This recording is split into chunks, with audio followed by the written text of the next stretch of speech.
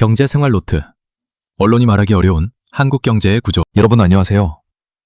경제생활 노트입니다. 오늘 영상은 솔직히 좀 무겁습니다. 하지만 꼭 봐주셨으면 합니다. 왜냐하면 이 영상을 보고 나면 여러분이 내일 아침에 읽는 경제기사가 완전히 다르게 보이기 때문입니다.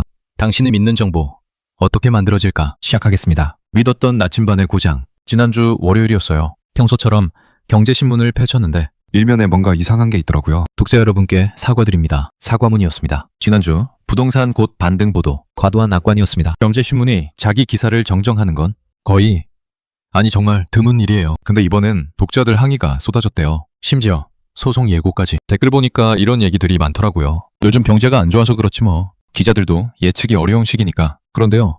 정말 그럴까요? 통념 붕괴. 이건 경기가 안 좋아서 생긴 문제가 아닙니다. 이건 정보가 만들어지는 구조 자체의 문제예요. 제가 최근에 만난 분이 있어요. 금융권에서 40년 일하신 박 소장님. 이분이 이런 얘기를 해주시더라고요. 1997년 10월 당시 주요 언론들이 뭐라고 보도했는지 아세요? 한국 경제 펀더멘털 튼튼하다. 외환 보유고 충분.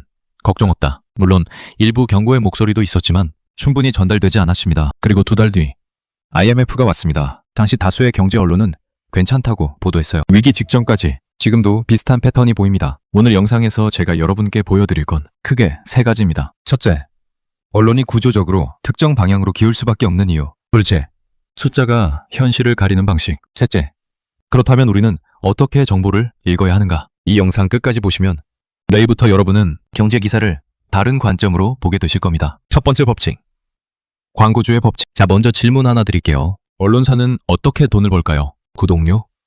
맞아요. 근데 그게 전체 수익의 30% 정도밖에 안 됩니다. 나머지 70%는 광고입니다. 그럼 누가 가장 많이 광고를 내냐? 1위, 건설사. 2위, 금융사. 3위, 대기업. 여기서 구조적 한계가 시작됩니다. 만약 기자가 이런 기사를 쓴다고 생각해보세요. 아파트 가격 내년 20% 하락 전망. 그럼 어떻게 될까요? 건설사 광고가 줄어들 수 있습니다. 금융사도 부담스러워할 수 있죠. 부동산 대출 상품 판매에 영향이 가니까요.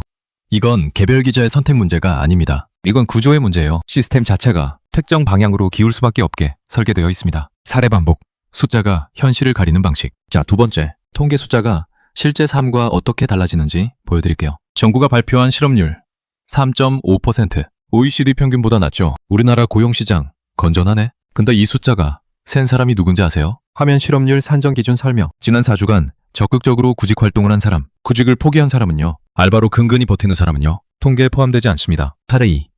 물가. 정부. 물가 상승률 2.3%. 여러분. 계란값 40% 올랐는데? 왜 이런 차이가 날까요? 소비자 물가지수는요. 저백 60개 품목의 가중 평균이에요. 전자제품 가격이 내려가면 식료품 값이 올라도 평균은 낮아질 수 있습니다. 서민 생활비 항목은 오르고 외구재 가격은 안정되어도 평균은 양호로 나타날 수 있습니다. 사례 3.